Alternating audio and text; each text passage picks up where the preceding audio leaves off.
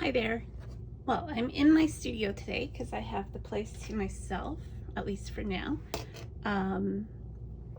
Yeah, I spent most of the week at my other studio, which has been fantastic.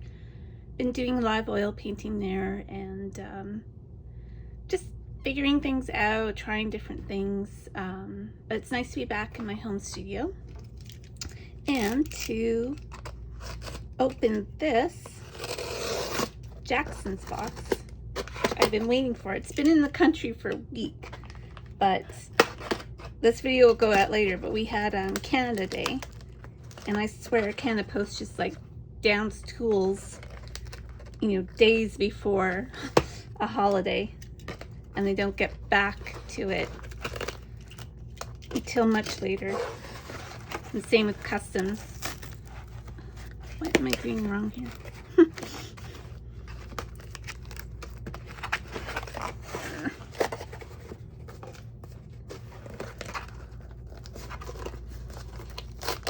There we go. Well, not quite. There's what I was looking for.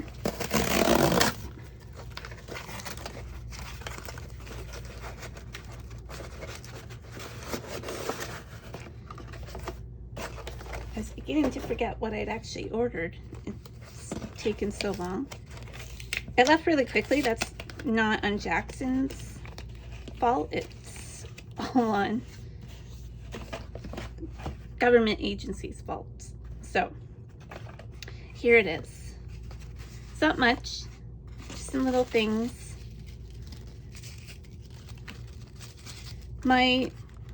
The one place that I could get the Caran d'Ache Neo Color ones has now decided not to carry the open stock. They have the Neo Color 2s, the full range, but they don't have Neo Color 1s. And I've been really enjoying doing wax resist with my watercolors. So I bought 2 extra ones. I have one already, but I bought 2 extra ones. And I've been using a China pencil as well. In the meantime, I brought a China pencil to the studio, and I had one of these here. So there's that. I think it was Emma Carlisle. I just started doing her Patreon sessions, and she mentioned the art graph, using it to bring about texture and help with layering. So I thought I'll pick that up. And then I got 2 more Gallo. I got Indigo Green and Orange Iron Oxide. So we'll swatch those out too. And I have my Gallos at the studio, so I don't have them here to show. But that's okay. I have previous videos where I swatch them out. And as always, I have swatch charts that I do on here, available on my website under color charts, and you can download them as PDFs to get a closer look. And then I decided to use, or I had really good results with the buff titanium from Daniel Smith, drawing and not cracking. Now, every pigment's different, so that might not be the case for these two, but I thought I'd give them a try. I kind of wanted a Payne's Gray, and the Moonglow is really nice.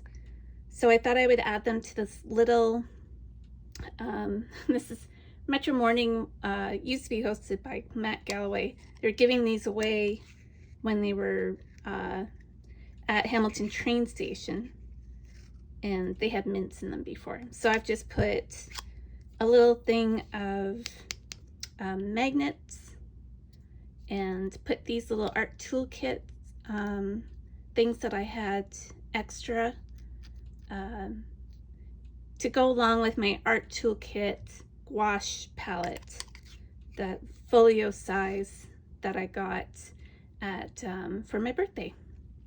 So these are just supplementary gouache that I'm going to add. I may add a few more and then go into my own little bit larger palette, but we'll see. We'll see how that goes. I think I want to take these to Chicago with me, so that's why I'm gonna do this little one first. And then the only place I can buy these little things are like makeup containers. So they're just like that. The only place that I can get this size is out of them at the moment. Of course, you snooze, you lose. So I don't know when those are going to be back in stock. I know you can order these, something similar to this on Amazon, but you have to buy like 50 or 100 of them, and I don't need that many. So I will wait and see if they come back in stock, or I might get the bigger square size, which I used for my other gouache palette, because I just like having, for gouache, I like having a little bit more space. I kind of feel like you have to work at it a little bit more than with watercolor. You can just touch basically some watercolors and you've got enough color on your brush. You don't really have to keep working away at it. So we'll get those out, or at least swatch them. And I have something here for that already. This is just Fabriano watercolor paper. It's 140 pound or 300 GSM. It's cold press. It is not cotton, but it's nice for doing out swatches. So let me start unwrapping these.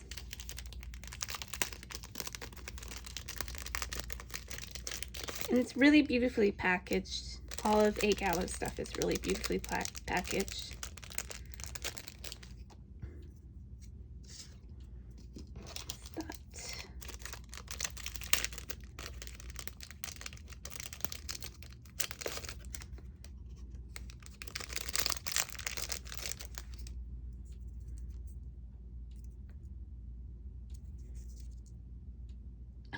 So much glue on them. Let's see if I can pop it out.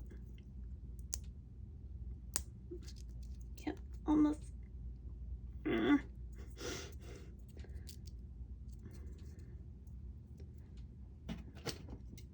Might have to slice it.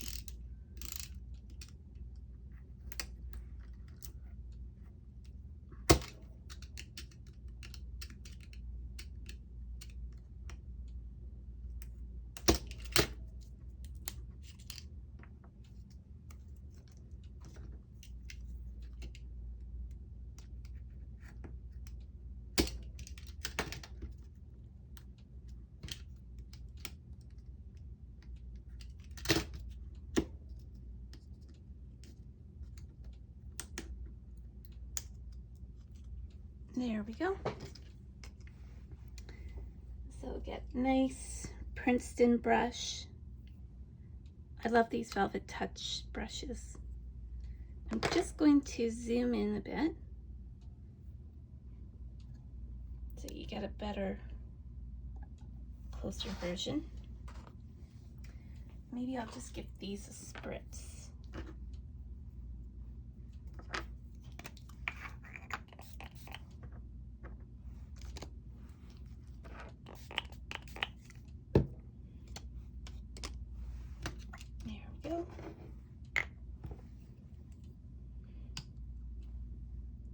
So we'll try the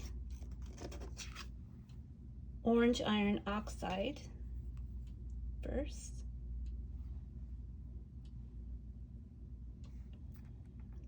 And this is a series 3 in their range. It's number 301 and it is PR102 for the pigment.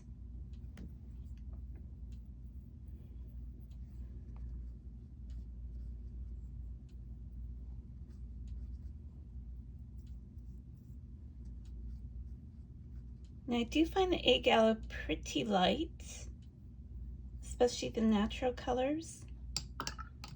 So I'm just trying to get a little bit darker so that you can see the range of it.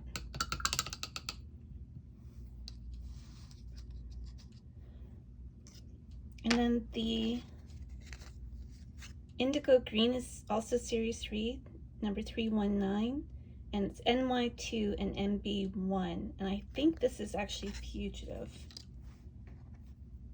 So make sure to keep it as a sketchbook only color, but it was too beautiful. And I seem to think that it was closer to the buckthorn green that I wanted, and that always seems to be out whenever I go to order. And just to show you, if you haven't seen already, the Neocolor ones are the ones that aren't water soluble. So I like to create different patterns and then go over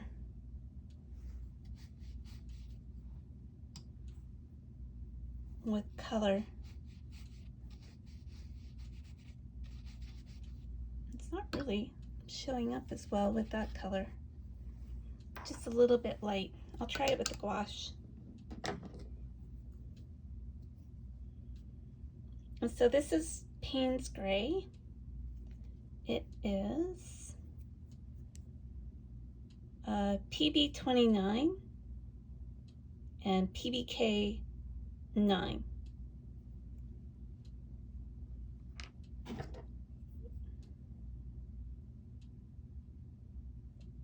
And as with Daniel Smith's watercolors, they're always so full. You have to be careful.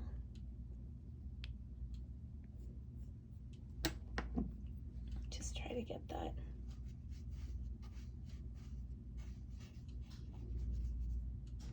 Oops. It's definitely a cat hair.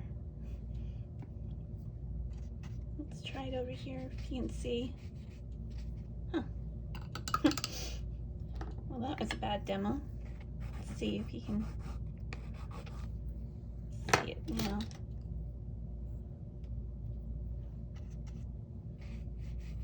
There we go.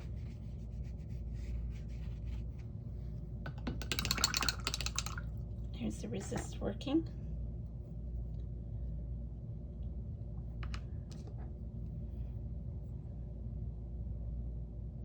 And this is Moonglow.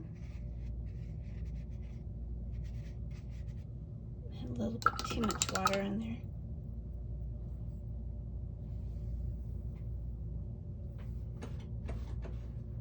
And I tidied my desk a little too much, so I don't have the things that I would normally have out, like paper towel or a rag.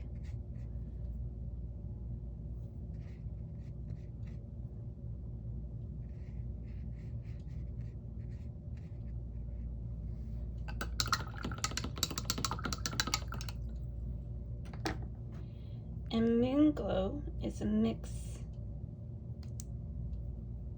of pigments. So it is PG 18, PB 29, and PR 177. And that's Moonglow. Really, really beautiful colors, especially for shadows and mixing. And then I'm just going to put my finger on there.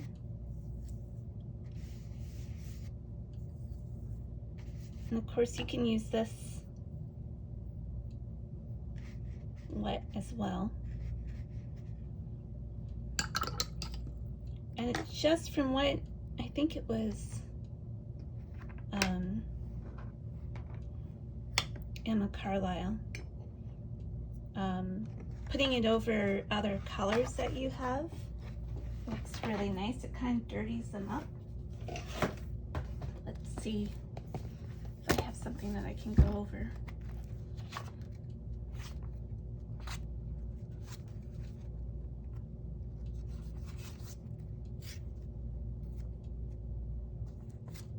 Let's try this this chicken. I did these chickens with one of her Patreon sessions. Let's see about adding something to this. It's not really picking it up so well on this Royal Talons paper because it's very, very smooth. I'll try it. Oops.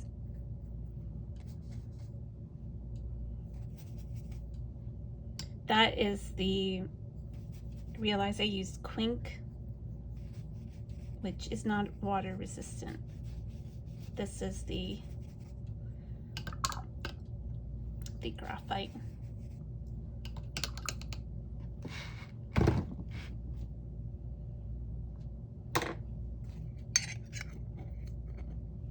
There we go.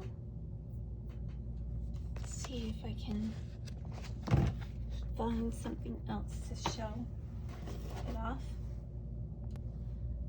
So it's not coming off quite as I expected with just my finger. If I dip it in a bit of water, then you get obviously a lot more coverage. And you notice it a lot more. But you can use it with a brush, a wet brush like I showed you, and then it really comes out. And kind of nice thing, especially if you're working with graphite pencils and you're keeping it monochrome, you can add this as a bit of a wash, because most pencils, you can get water soluble graphite pencils, but most of them aren't, and so this can add a little bit of a wash that you can put on as well. And just a cute little tin, right? Well, that's about all. It was a really small little haul, but really nice little things, and some things that I just needed more of, and something completely new. So that's it for now. I will be posting from that trip to Chicago, I'm sure, at some point. It's for Urban Sketchers Symposium with the Chicago chapter. I'm just an attendant, I'm not teaching or anything like that. So I'm really looking forward to that because I haven't been away for well over 6 months. So that would be really, really nice, and it's been a long first half of the year. So anyways, I will be back here soon. Bye.